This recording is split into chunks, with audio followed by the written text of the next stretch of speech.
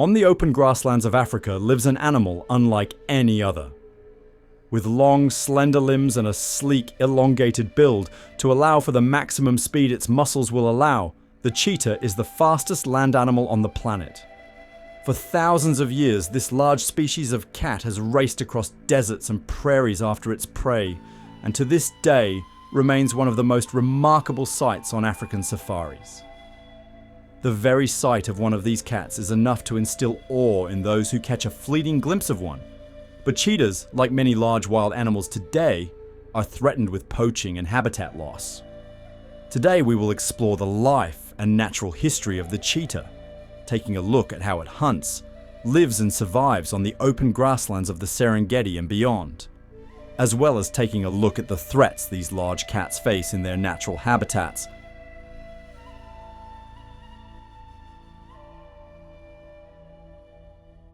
Cheetahs are not technically considered big cats when compared to the likes of lions and tigers, despite their size in relation to your household tabby.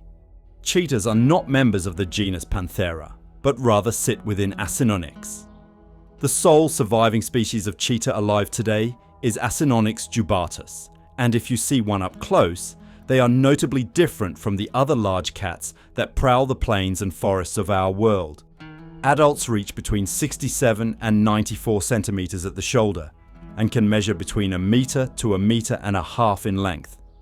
They are also much more lightweight than their Panthera cousins, weighing between 21 and 65 kilograms when fully grown. Cheetahs are unmistakable when seen up close, but from afar can be confused with leopards. The latter, members of the genus Panthera, are larger than cheetahs and are not built for the speedy pursuit chases accomplished by the former. That being said, the cheetah does have a predominantly pale cream-colored coat adorned with black rosettes, which descend into stripes as you reach the animal's tail. In fact, the name cheetah comes from Hindustani Urdu, derived from the term chitraka, which means variegated. This is a reference to the distinct patterns on this large cat, which are both striking and subtle, helping it hide against the predominantly beige and yellow environments in which it lives. Its head is small and much more compact than other large cats, and its ears are short and round, marked with dark blotches at the back. Uniquely, a cheetah is the only cat to possess mallostripes, the tear-shaped blotches at the edge of its eyes running down the side of its snout. It's not clear exactly why that is, but they may help the animal protect itself from the harsh African sun's glare on particularly bright days. Everything about the cheetah is built for speed. It's extremely lightly built for a large cat, which, combined with its streamlined shape, allows it to reduce drag when darting through open grasslands after its fast-moving prey. The cheetah's anatomy allows it to run in short, drastic bursts at up to 104 kilometers or 65 miles per hour. This is just on average. At their fastest, cheetahs have been clocked at running as fast as 120 kilometers or 75 miles per hour. This makes them the fastest land animal alive on our planet today, and they need to be able to chase such fast-moving prey. So how can a cheetah attain such speed?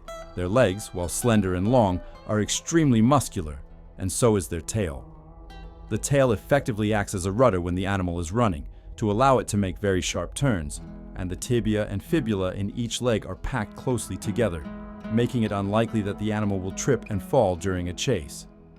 While a cheetah is chasing after a prey animal, it will increase its breathing rate from 60 to 150 times a single minute, and its heart will beat between 126 and 173 times per minute when resting.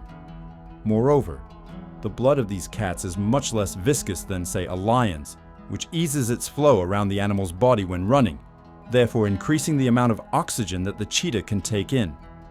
There are currently around 5 accepted subspecies of cheetah living in the world today. These are the Asiatic cheetah, or Acinonyx jubatus venaticus, the Saharan cheetah, or A.j. hecki, the Northeast African cheetah, or A.j. soemmerringhi, the East African cheetah, or A.j. reynai, and the Southeast African cheetah, or A.j. jubatus. In Africa, cheetahs can be found sparsely in the Sahara Desert, and Sahel regions of the northern continent, across to Sudan and Ethiopia south of the Sahara. The Serengeti contains a large population of cheetahs, which stretches predominantly across Kenya, Tanzania and Uganda, and the most southerly populations can be found in South Africa's Okavango Delta and Kalahari Desert. The Asiatic cheetah is the only population to be found outside of Africa in the modern day. They were once populous across the Middle East, reaching as far east as India and as far north as Russia. But today, they can be found only in Iran. They are the most critically endangered of cheetah subspecies, with less than 15 individuals currently roaming the country's central plateau. Occasionally, a striking variety of cheetah can be born. Known as the king cheetah, this genetic mutation is born with large blotchy patches and wide stripes of black fur rather than the usual small rosettes. It was once thought to be a crossbreed between a leopard and a hyena when first seen in the wild, something which is in fact impossible in nature. It's very rare for a king cheetah to be born, but if two parent cheetahs carry the mutated gene, 1/4 of their young are typically born as king cheetahs. There is no difference other than the color of their fur between king cheetahs and regular cheetahs, and they are still able to hunt as skillfully as they usually would with the mutation. Cheetahs prefer open environments with enough space to chase their fast-moving antelope prey, but can be found across a variety of different locales and habitats within that category. Open savannas and shrublands are favoured, but some populations of cheetah occupy high altitude, hilly regions, and even the foothills of mountains. Cheetahs living in South Africa's Kruger National Park tend to favour open woodlands, where there is enough space to reliably hunt fast-moving prey, but with enough cover and shelter from hazards.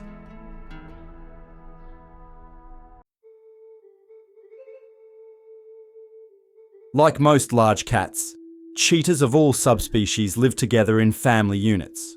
Members of these family groups are not quite as interactive with one another as, say, lions are, but they generally get on. Male cheetahs can be territorial with members of the same sex, and while fights to the death are extremely rare, they can inflict serious damage on one another with their retractable claws and sharp teeth. The male who wins the fight will gain access to land, or the females of the group.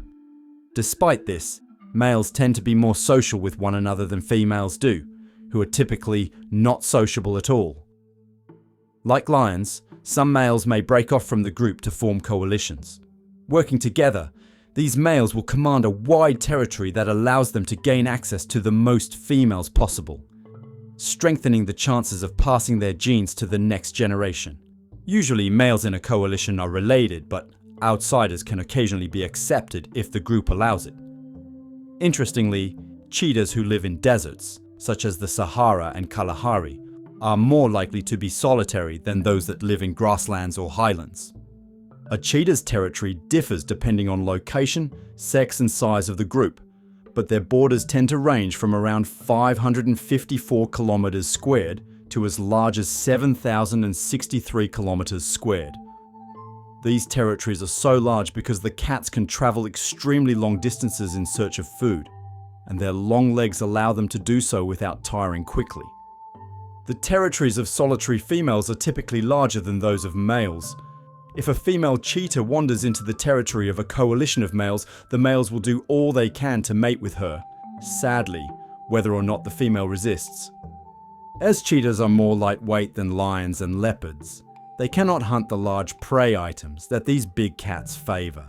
To hunt an animal as large as a zebra, wildebeest, or African buffalo would end in disaster for these slender cats.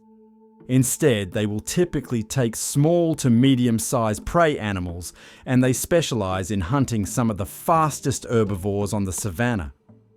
Quick-moving hoofed mammals such as Dama gazelles, Thompson's gazelles, Dorcas gazelles, impalas, springbok and common duiker are the cheetah's favourite prey, but they can hunt ungulates as large as nyalas. In Iran, Asiatic cheetahs will hunt black-tailed gazelles, Indian gazelles, urials and wild goats, but are also able to catch speedy desert hares. When hunting, the cats will usually aim to target the weakest or injured members of a herd, as healthy adults are typically faster and can put up a fight if they need to. Cheetahs will work together to hunt larger prey, such as nyalas, but sometimes only a single cat is required.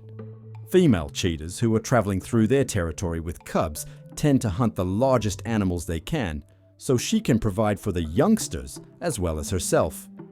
Cheetahs are active throughout most of the day, but in the hottest regions, they will wait until dusk to avoid the worst of the dry heat. When targeting a prey item, a cheetah will pick its target by vision and not by scent. They have keen eyesight and typically scan the land from a vantage point to target a herd. While they are able to sprint very fast, they aim to get as close as they can to their target, so they expend as little energy as possible when the chase begins. Crouched in the tall grass or behind cover, they stay low to the ground and make as little noise as possible before breaking into a run. The longest pursuits take only a minute or so, with an average length of around 173 meters. A cheetah will decide quickly if the chase is worth it once it begins. If it can't close enough ground between itself and the prey fast, it will abandon the hunt and pick a different target. While cheetahs are muscular, they are not particularly strong when tackling prey to the ground. Instead, they will aim to trip up the target by getting as close to the prey's legs as possible. The strongest weapon in a cheetah's arsenal is the backwards-facing dew claw on the forepaws, which will be used to create the maximum damage possible in one single hit to the hind limbs. When traveling at such speeds, a gazelle can easily be tripped if it receives such a strike.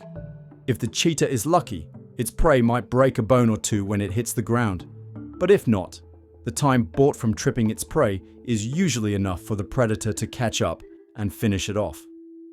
The chase is typically filled with twists and turns as the target desperately tries to escape, which can make it equally dangerous for the cheetah, even if it is biologically equipped to deal with such sharp angles.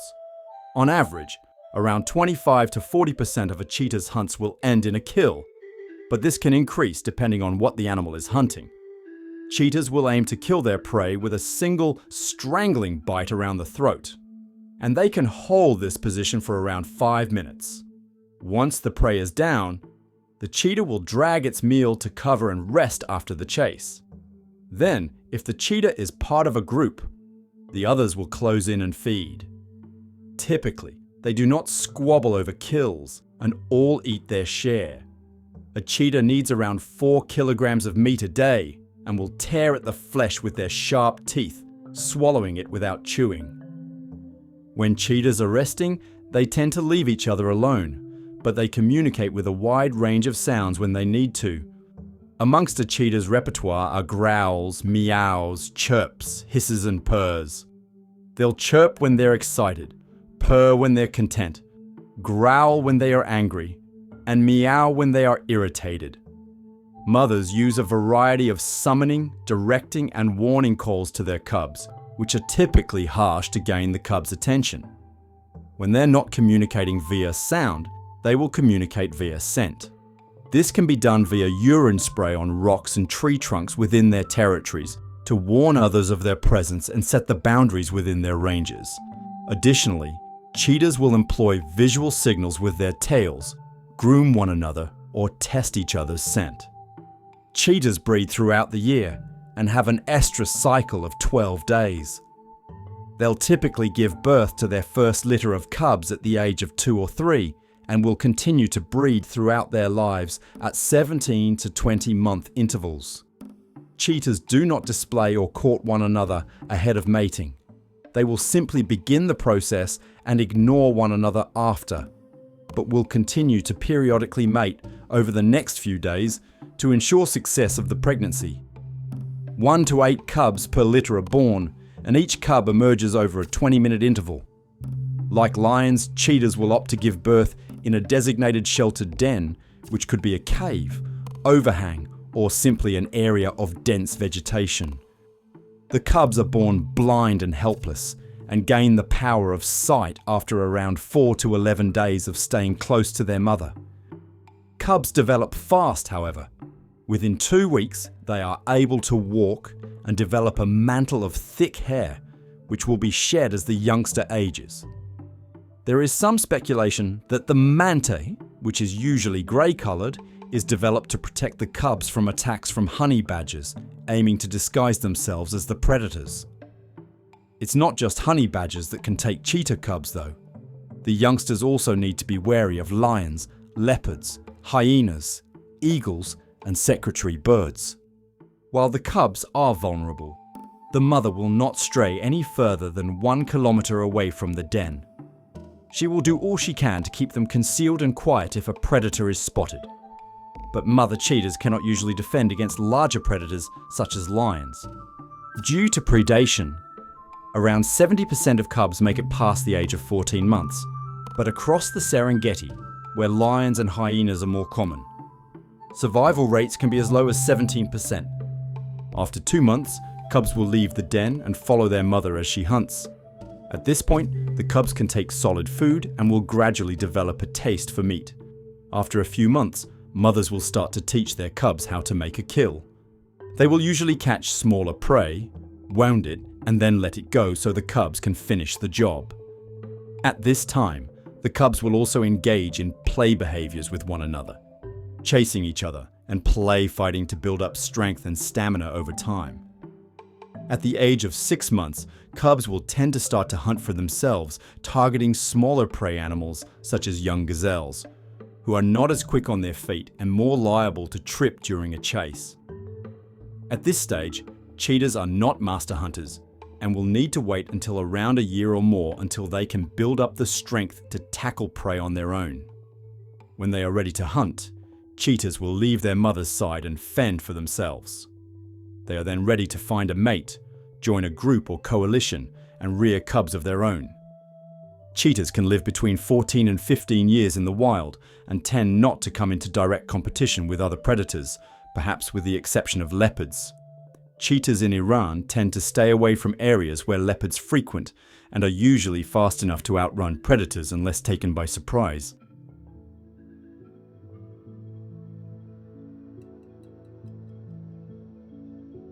The cheetah belongs to the puma genetic lineage of felids, a group that split from other cats around 6.7 million years ago. As such, the cheetah's closest living relatives are the cougar, or mountain lion, and the jaguarundi, a medium-sized cat that lives in Central and South American forests. It doesn't closely resemble either species, as each have diverged greatly once again, to suit their own environmental and dietary needs. The first animals that can be considered true cheetahs in the fossil record evolved between 3.5 to 3 million years ago and appear to have evolved in what is now South Africa. These early forms were larger than modern cheetahs and don't appear to have been quite as well equipped at chasing down prey with great speed, although they were much more agile than the panthera cats that had already appeared on the plains of Africa. Up until recently, Acinonyx jubatus was not the only member of the cheetah genus. Up until 1.4 million years ago, the giant cheetah, or Acinonyx pardonensis, was present across much of Eurasia and Africa. Hunting hoofed mammals in open plains and hills, the giant cheetah was, as the name might suggest, much bigger than its modern cousin, although that meant it was also much slower. It would therefore have hunted bigger, slower prey than the modern cheetah, and may have done so in a similar manner to the pantherine cats, such as lions and tigers. Not all cheetahs were African natives either. Acinonyx intermedius, a much smaller species than the modern cheetah, lived across much of Eurasia, from Western Europe to Eastern China, where it would have targeted much smaller, yet still fast-moving, prey items. Myrichinonyx trumani and Myrichinonyx inexpectus, often referred to as the North American cheetahs, lived throughout the Pleistocene epoch, across the open plains of what is now the United States. While these large cats, adept at hunting pronghorn, closely resembled cheetahs, they were not closely related and instead are an example of convergent evolution. In fact, it is thought that modern pronghorn antelope can move at such speed due to the presence of the North American cheetah in their environment thousands of years ago. The modern cheetah emerged at 1.9 million years ago and would have been present in Africa when our early ancestors were first evolving. They were likely not much of a threat to early African and Eurasian hunter-gatherers given their size. But over history, humans have extirpated the cheetah from across much of its former range. It is thought to have naturally vanished from Europe due to competition from other big predators towards the end of the Ice Age, but cheetahs in Asia have gradually dropped in number throughout history. This came to a head in the 1800s, where populations were hunted throughout India and the Middle East, leaving only a small number of cats left in Iran. By the 1940s, there were just 400 cheetahs left in Iran, whose numbers were beginning to fall as a result of a decline in prey following human activity in the area. Then, as a result of the Iran-Iraq War between 1980 and 1988, cheetah populations declined once again, despite conservation efforts to save them, which reduced them to the mere slivers left in Asia today. Similarly, in Africa, cheetahs have gradually declined in number, but not to the catastrophic extent experienced in Asia. British environmentalist Norman Myers undertook the first biodiversity survey across sub-Saharan Africa in 1975 and found there to be around 15,000 individual cheetahs spread out across their range in East and Southern Africa. Since then, however, due to threats posed by habitat loss, the illegal wildlife trade and conflict with local human populations, cheetahs in Africa have fallen in number, and their populations have become much more fragmentary across the ranges they do inhabit. No longer can cheetahs be found continuously across the continent, but their subspecies are confined to patchy areas within segments of their former range. Human expansion, specifically the clearance of land for agricultural purposes, has ravaged cheetah populations over time. The establishment of farmland across rural Africa reduces the availability of suitable hunting grounds for cheetahs. It can also reduce numbers of the animals cheetahs rely upon overall as they lose access to grazing land.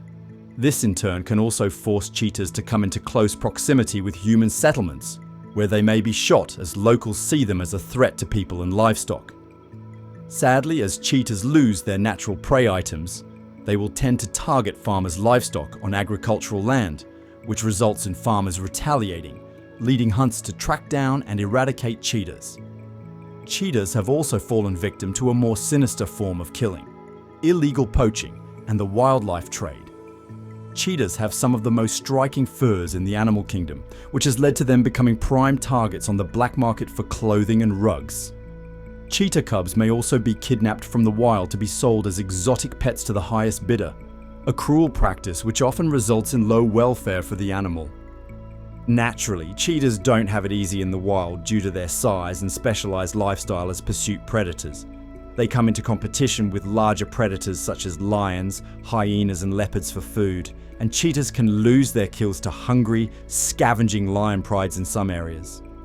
These predators also kill and eat cheetah cubs opportunistically, and there is little a mother cheetah can do against such large, powerful animals if they manage to sniff the cubs out. Moreover, given the cheetah's fragmentary range, they now have a comparatively low genetic diversity, which can reduce their success when reproducing. Not having the strongest lineages and genes also means that cheetahs can find themselves catching diseases or inherit birth defects, which can make it harder for the cats to survive in the wild and adapt to change when it inevitably arrives. Despite the persecution cheetahs have faced over the centuries, there is not a single report of one of these cats ever killing a human in the wild. The only known deaths come from cheetahs in captivity, where humans have deliberately encroached into their personal space without understanding or permission. A notable incident occurred in 2007 in Belgium's Olmense Zoo, when 37-year-old Karen Eyerts snuck into the cat's exhibit after the zoo had closed for the day. Reportedly, she managed to find the keys to the exhibit gate. When the cheetahs, understandably, did not take kindly to her encroaching into their home without warning or supervision, they attacked, and the woman was unfortunately killed in the process. Wild cheetahs are generally disinterested in associating with or attacking humans, and, unless provoked or threatened, will not show signs of aggression. They'll generally leave us alone. The cheetahs in this scenario were likely frightened of the stranger entering their habitat without warning. These animals are not to be feared. Today, the International Union for the Conservation of Nature has classified the cheetah as vulnerable, meaning that it is threatened with extinction unless the circumstances that are threatening the animal's survival improve soon. Thankfully, there are a number of organizations that are fighting for the cheetah's survival in the wild, including the De Wilt Cheetah and Wildlife Center in South Africa. The center rescues and cares for injured or trapped cheetahs that are found in the wild, restoring them back to full health before releasing them into their territories. They operate successfully in Namibia, where cheetahs on the fringes of deserts are persecuted for their role in livestock predation. Moreover, the Namibian Cheetah Conservation Fund was set up in 1990, which primarily acts as a research station to help conservationists understand how to better protect these animals. Their research is world-leading in the field of cheetah conservation, and have spearheaded initiatives to restore natural cheetah habitats across southern Africa, while maintaining a genetics laboratory that can help monitor the results of population fragmentation in the cat's DNA. The Cheetah Conservation Fund's work extends to cats in Iran too. With help from the Iranian government and the International Union for the Conservation of Nature, the fund was able to put measures in place to protect stretches of land known to be used by the few Asiatic cheetahs that are left in the wild. Conservation work in Iran has led to the establishment of a National Cheetah Awareness Day on 31st August each year, and the formation of a 5-year plan to better help cheetahs across the country. In the early 2000s, a proposal from the Center for Cellular and Molecular Biology in Hyderabad, India, suggested that Asiatic cheetahs should be cloned to reintroduce them to the plains of India, but Iranian authorities rejected the idea. Rather, plans were initially stated to transport African populations of cheetahs to India in 2009, but this was stalled over disputes about introducing new species to the country.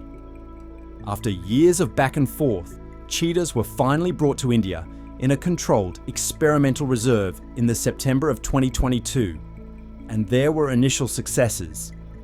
The 8 adult cheetahs that were brought to India managed to give birth to a collective 17 cubs, but tragedy soon struck.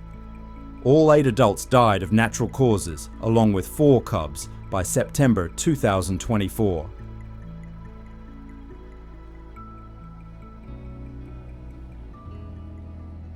Despite the challenges faced by the cheetah in the modern day, there is hope for the world's fastest land animal. Through the conservation work that is being carried out across Africa and Asia, the cheetah is being afforded more and more protection each year, and soon numbers may be on the rise once more. The advancement of human society across all parts of the world has not been easy for large animals, especially ones that rural communities may deem to be a threat. But through education, conservation, and charity, the damage done to these amazing species can be reversed. Hopefully, with time, these large cats will be bolting across the plains of Eurasia once more, instilling awe into all who are lucky enough to catch a glimpse of them.